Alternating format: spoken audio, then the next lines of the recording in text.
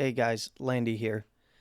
Welcome to Landy's Crypto Corner. Today is March 21st, 2023, and we're going to take a look at whether Bitcoin is going to pump from here or get a retrace. Now, we're going to start out today by looking at the daily Renko chart, as I do think this has been a pretty invaluable tool to use when evaluating continuation and pullback areas. So, when we look at the current price action from a Renko chart perspective, we are seeing that we have a nice green block painted and we have another projection block building. So what does that mean?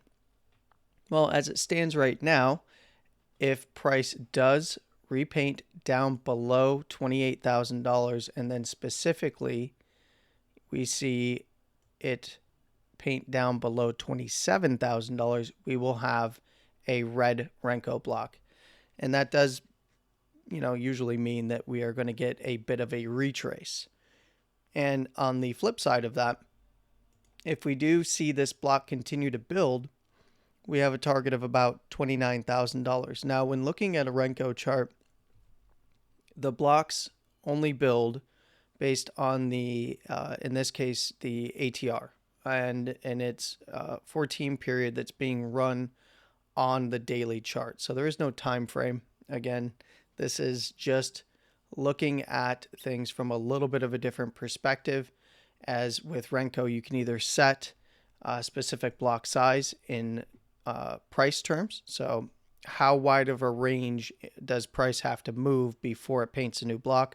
Or what I've found for Bitcoin in particular is Renko is particularly helpful when using the ATR average true range on a 14 period, which just so happens to be TradingView's built-in settings. So the next area is to the upside. If we do pump from here, going to be around that $29,000 to the top side here at 31. Now, to the downside, as long as we see, even if Renko did paint a red block, we can see, we can go sideways with Renko candles. That's where we wick down, but we don't complete a block, or we wick up and we don't complete a block. So there wasn't a full block painted above. It did not paint to this block above up here. So this block turned into a wick. We did not paint the block all the way down to the lows here. And it turned into a wick because price reversed fairly quickly twice in this range just above where price action is trading right now. So we can see that the actual traded price over here is 28,186. So there is a new block building. Now below $28,000, this block will look at like a red projection block. Specifically, if we see it paint all the way down to $27,000, then it will become a fully confirmed red block, so bearish block. Now, the range above us, is going to be overhead resistance. There's going to be, we should expect pullbacks from this area, and we've seen quite a few in the lower term timeframes already. And I'm not necessarily looking for reversals here, but if we did specifically get a pullback from this area, what areas do we find confluence in? And in this case, we can just run it from the current previous block closure to the block closure low on the reversal area. And when looking at this, we can see that the 618 is coming in around 25,326. And then the 50%, which cuts across the highs of the range that we just broke out of, is right there at 24,500. So my opinion, as long as things are above 24,500, and particularly if they are above, if Bitcoin is trading above rather 25,326, then that does, paint the picture that we are going to be seeing further upside price action. If we do see things trade below there, that would be a range reclaim to the downside, specifically below that 24,500. And then we start looking down to around that 23,600 area, 23,700. You could probably paint a range, around $24,000 to around that $23,000 where these blocks are being built. So this guy right here. And if that fell apart, obviously it's a run back to the most recent low at around, $20,000 to $21,000. Maybe a little bit lower because, it did come in around 19,500 on a regular chart. But, when looking at Renko, excuse me, when looking at Renko, that's kind of where we're at. Apologize about my voice. We're getting a lot of rain out here and it's approaching spring. So I'm having a little bit of a tough time. I do apologize again. Now, in looking at a regular chart, we can see that with the Bollinger Bands on here, we have gotten significant expansion here on the Bollinger Band. So we were painting a really wide range as it was. Came all the way down to the 200 SMA after breaking below the 200 EMA here. And you'll see that even though I don't have plotted the 9 EMA and the 21, we can see where they're coming in because I do have the labels turned on for those in my indicator here. Now, pullbacks that can remain above that 9 EMA and the upper first standard deviation at around 26,833 or so. So you could just say, generally speaking, 26,800.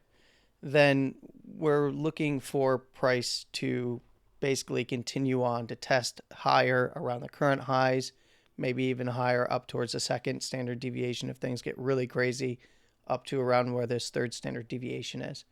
Now, the second standard deviation is coming in just shy of $30,000 at 29,567. That number will increase if price starts to trade up there. And I suspect it's going to come in around $30,000 if we do start trading back above our current highs. And yesterday we painted a new higher high on a wick, and that was 28,605.32. So if we did see price trading above there, I suspect the upper second standard deviation is going to be around $30,000. So that $28,000 to $30,000 that I've been talking about for a little while prior to this move up, we are starting to see that come to fruition. I would consider a pullback from here. Obviously, target was already hit around that 28,000 and 28,000 and a half area. So kind of keep it in $2,000 chunks when we see volatility this high.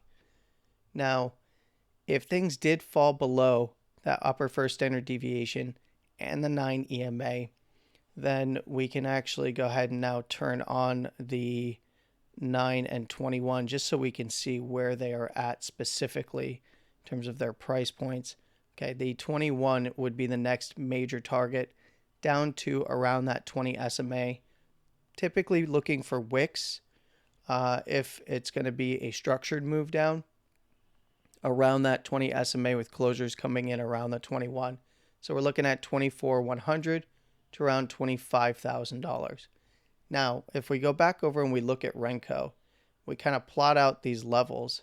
Well, the highs coming in at $24,000 and the reversal or pivot point for a 3-candle reversal is coming in around that 27,000. So if we look here, the first standard deviation and the 9 EMA are sitting right below $27,000.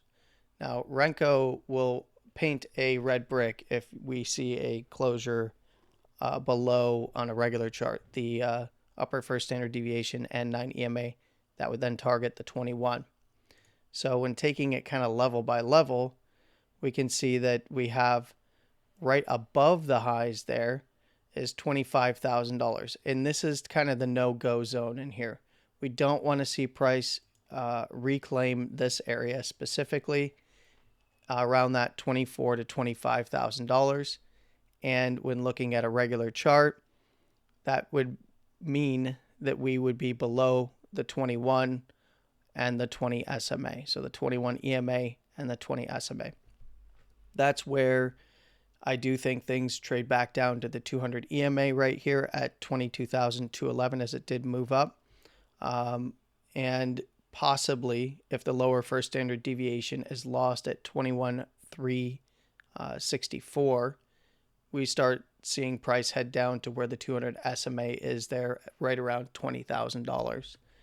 And things could go lower, the lower second standard deviation, because we have such high volatility right now with no consolidation, price can rip in both directions when you don't see consolidation like this.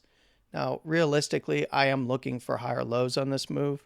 So if we do see a pullback below the first standard deviation there, and just so you know, in trending moves, we want to see that first standard deviation to around the basis band act as support. So good practice when using like a triple Bollinger Band setup like this is you want to see price ride the second standard deviation, wick above it, get closures above it in and around that third standard deviation, and pullbacks come to around the first standard deviation to the basis band. So with no consolidation right now, though, if we did see the basis band lost, price can run just the other way, right? And of course, we'll see that happening on the charts well before we hear about whatever news is causing it.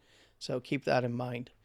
Now, we did have a 2-day that just opened, so a new 2-day candle. And you can see that right around that $26,000, we're above the 200s. You see a lot of crossing over here. The 200 EMAs, the 21 has now flipped up over the 20 SMA at $24,000. So that does indicate that that area would become strong support if we lost the 25, it's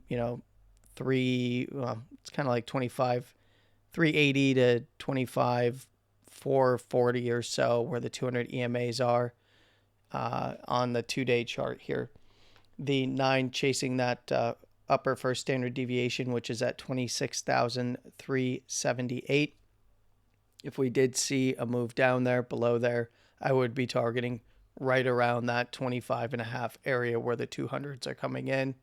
Worst case scenario, we're looking at the same kind of thing. Need the $24,000 area, lower $24,000 area, in this case, 24,100 to 24,312 to hold up. So that would be the midline basis band and the 21 EMA here on the 2-day. We have a 3-day closing with today's daily candle. You can see that the 3-day did get a nice back test on the 200 EMA there at 27,200 or so. And we did see a closure outside of that upper third standard deviation in the last 3-day candle, which opens up the opportunity to run where? 29,192 on the upper third standard deviation. When this does close, this is going to expand most likely pretty aggressively.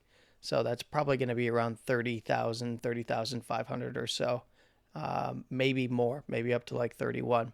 And these are all numbers that we just looked at on the Renko chart, all things we just talked about on the daily as well. Not only did we just open a new 2-day, we have the 3-day closing with today's daily.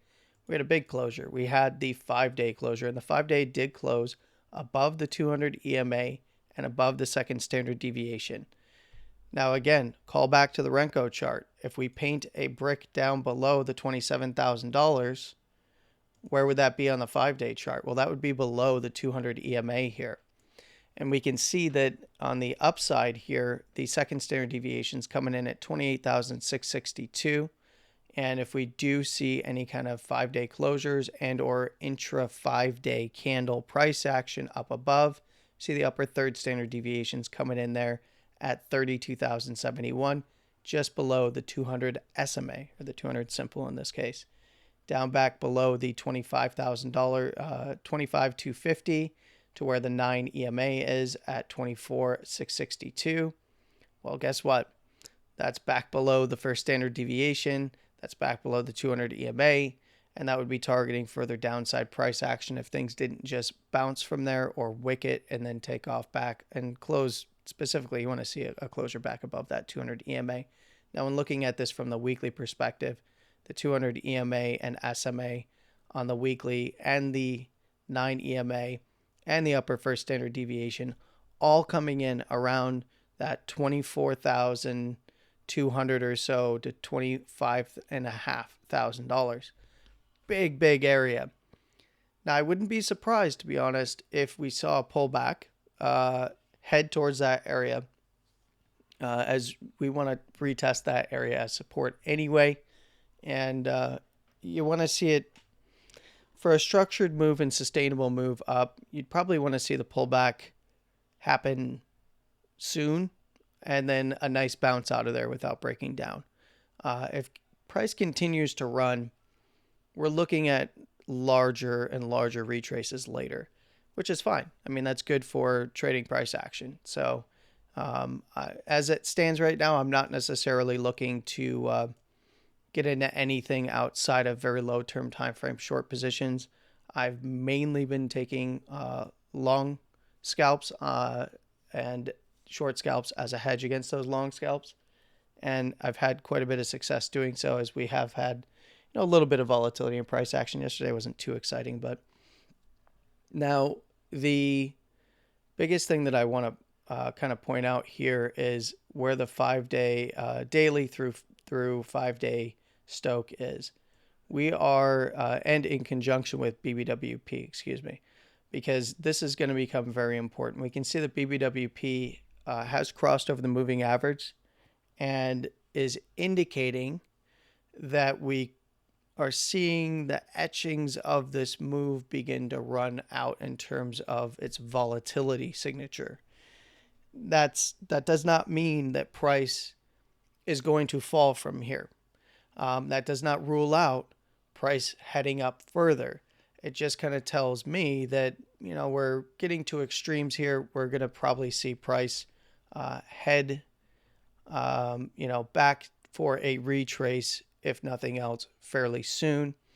Right now, it's only an initial cross over the moving average here on BBWP. Once we see the moving average get a negative slope, that's when we start looking for signs of weakness in those lower term time frames for maybe some longer term swing trades on the daily, maybe some that might end up going longer than a daily trade, or a day trade. That in conjunction with Stoke being very, very high, if we do see Stoke turn and volatility cooling down, when we will, okay, so when we do see Stoke turn and volatility start to cool down, that will open up more opportunity on the short side. And at first, those are only going to be scalps. I'll tell you that right now. If you're taking swing trades and this is going to fall apart to, below the last lowest lows at $15,500, or it's going to 10K, I think you're being silly and you're going to be out of that trade fairly quickly. This is more upside angled than down, especially when we go over here and we look at the 2-day, which, yes, it is in some critical areas on momentum here on Stoke. We're in the overbought zone, but this isn't going to flip for another few closures, okay? Unless, we get some catastrophic downside below the pivot there at $25,000. If you do see that, this will get an initial cross down. An initial cross is down, can always cross back up. It's only when you see the K and the D read, and it's supported by, in this case, BBWP, which is still expanding on the 2-day. And the 2-day is a very powerful time frame for Bitcoin. So with BBWP still expanding, I wouldn't be, fading the move up with, and I'm not with anything more than scalps right now. If they turn into larger trades, great. But that my bias is still that this is headed to the upside from the 2-day chart perspective, as that relates to the daily as well. We have not seen any kind of a reversal setup even on the daily just yet in terms of the daily closures. This is just melting up and to the right. Now, 3-day is expanding to the upside. We have BBWP increasing. We have Stoke pointed up. Can't fade that on the longer term time frame. So, and again, as we move into the 5-day, we just closed this 5-day candle. Stoke has turned to the upside, and guess what we have? We have a crossover. Now, this is not confirmed, but if it does, this is going to turn into a much larger move. How long-lived will it last? I don't know. But the 5-day, had the big increase on that move up. We had the cool down, and now it's gone back for more. BBWP has just now crossed over the moving average. And if it can stay over there for at least 2 closures, which would be 10 days, then we're looking at the moving average most likely snapping back onto the upside, confirming that this move is going to continue probably much higher. Probably much higher, to be honest. This is kind of a pit stop before we get into some of the real resistances up here at, above $30,000, possibly, to the mid 30s. And then, we can start entertaining, maybe upper 30s, lower 40s. But that's pretty far away from where we are right now. Take it one step at a time. And I'm going to check back in, obviously, in a short video now, as I've been encouraged to start doing the short videos, or the shorts videos on YouTube. So I will have an update to this in tomorrow's video on a short. So it'll be a 60-second short. I'll try to get as much relevant information for the daily into that video for you, and then I'll be back on Thursday or Friday with a full video. If you do check out this indicator, by the way, please let me know if you're having any trouble with it, because I did have at least one person tell me that they weren't getting the EMAs to show up. They were taking off like the basis band, and they just wanted all of the EMAs. So they were taking all of the basis band stuff off, leaving the background on so they had a reference. And then they were turning on all the different EMAs, and they weren't showing up. Now, what I will say is I haven't heard back from that person just yet. If they meant like, okay, the other EMAs are not showing labels, that's actually on purpose. The other EMAs like the 34, the 50, the 55, and the 100 here that I've added to the indicator, I'm not showing labels for those because I don't use those as much. We can see, kind of how they interact with price action, so on and so forth, but I'm not interested in them as much in terms of having them on the chart at all times. If that is something that you want me to put into the indicator, let me know, and I will, I'll put labels in there. And then I am working on a way to only have Bollinger Band labels or EMA labels, or you can pick which labels you want to combine. So that's probably going to be the best solution anyway. Now, with that being said, this is probably going to take me a little longer to implement because that is a little bit more complex in terms of its implementation in PineScript. So you'll have to bear with me as I work my way through that. And if there is any developers that would like to assist, just let me know. You can hit me up either on YouTube through the email link, in the comments. I can always just message you or find you. Or if you're in the Discord, you can just hit me up. Now, I do want to point out here on the daily, if we do see things trade back below yesterday's wick low, and specifically, I would say the wick low here from the Monday candle, which is coming in at 27,218. If we see things close below there, I would start targeting that upper first standard deviation to the 9 EMA just below $27,000 at 26,500, 26,800 area where the 9 and the upper first standard deviation are. If you see good support there, evaluate on lower term time frames, use discretion and proper risk management. I know that I'll be looking there to see if we get a nice bounce. Could only be a scalp trade, but we'll see. That's going to do it for me today when looking at Bitcoin spot price action here. One last thing that I will check on is where the currencies and bonds are, because this has become very interesting as banks get more depositors are running from the smaller banks, the regional banks, to some of these bigger players in the industry. They have to backstop that risk on the that's coming in through the deposit side. It's a liability, so they have to backstop that with bonds and with gold.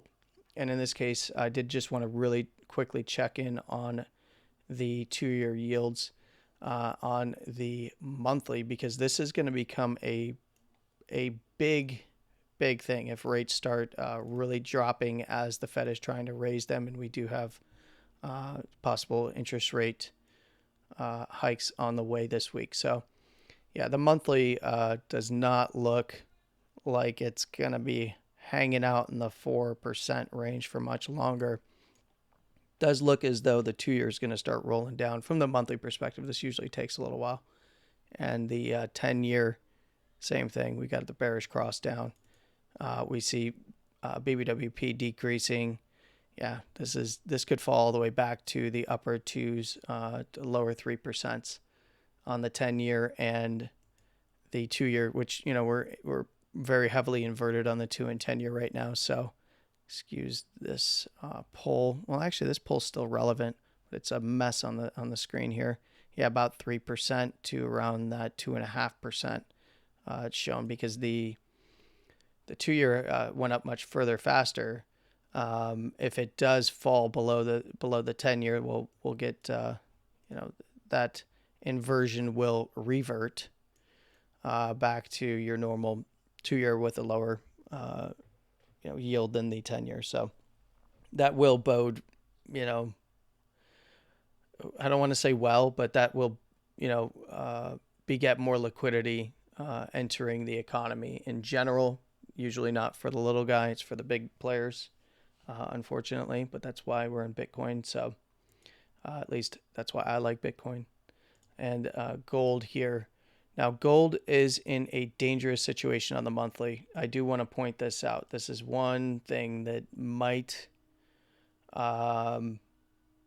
be a big problem. It's not the first thing I'm looking for, as the setup is not there just yet for anything catastrophic. But if you look at this particular pattern here, we can just go ahead and turn off the landing bands here, and we will turn on just a swing chart. This is a monthly, it's a classic distribution pattern. Okay, that's the danger. It's a consolidation. It doesn't become distribution until you take out the last low or the lowest low. And in this case, as long as price is holding up above 16.15 or so, looks just fine. And in the short term, holding up above 1800, gold still looks good for further upside on the monthly. But just a warning, just caution that this is painting a classic distribution pattern. So if things do get kind of weird and crazy in the markets, we've seen some of the news that's being put out there about them finding new deposits of gold in China and so on and so forth. I always take all that stuff with a grain of salt, because the chart right now in terms of momentum is telling me that this has much further upside to go. And in fact, it's above 1642 on the monthly, and gold looks good to march on, you know, back into around testing around the $2,000 region. But just a word of caution. These are some things that I'm paying attention to outside of Bitcoin. In addition, I pay attention to the traditional markets as well. But this is going to be very important if we don't see yield come down in the bond market while the Fed's raising rates, which, by the way, they're contradictory things. So weird situation to begin with. But, you know, I mean, the Fed does kind of want their rate a little bit higher than yield to pull yield up. But, you know, they were chasing yield for a little while. But if we see some more crazy stuff happening, if gold starts to go down and specifically takes out, you know, 1800, not 18,000, sorry, 1800, and then starts to head back to its lows and gets below 1700, these lows over here, swing lows coming in the high 1600s at 1675 or so, that would put this low in danger. And that lower low, well, this would be a pattern that we've seen in Bitcoin, right? We didn't see it on the monthly. We saw it on the weekly and the dailies, where we got that distribution top at the first run up on Bitcoin. If you want a good example, just reference, you know, this particular pattern here on the weekly, right? So this was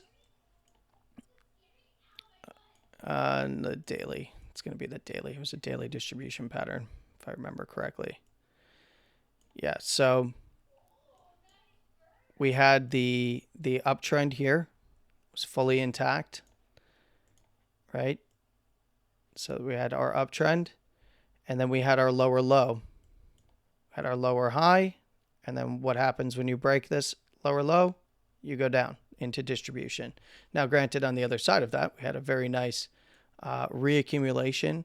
We hit the spring, retest, and then we took off. I know that there was a lot of people panicking right here, but this was a retest of that range. And I do actually suspect that something like this with a big retest of our current low side structure is going to happen where we are right now. So whether or not that's going to be, things continue up from here and then come back and retest, or, come down and retest. And honestly, you don't want to see it get under, because then it's going to be back down. You want to see it go up further and come back and retest, or come down and retest and then head on up further. So I'm going to end it there. I hope you guys have a wonderful morning, afternoon, and evening. No matter where you're in the world, please trade safe. And of course, as always, stay safe. If you did find this content helpful or useful in any way, please share it and hit the like and subscribe down there for me, as it really will help me grow if you do like this content and you want to see me grow. All right. Thank you guys. Take care.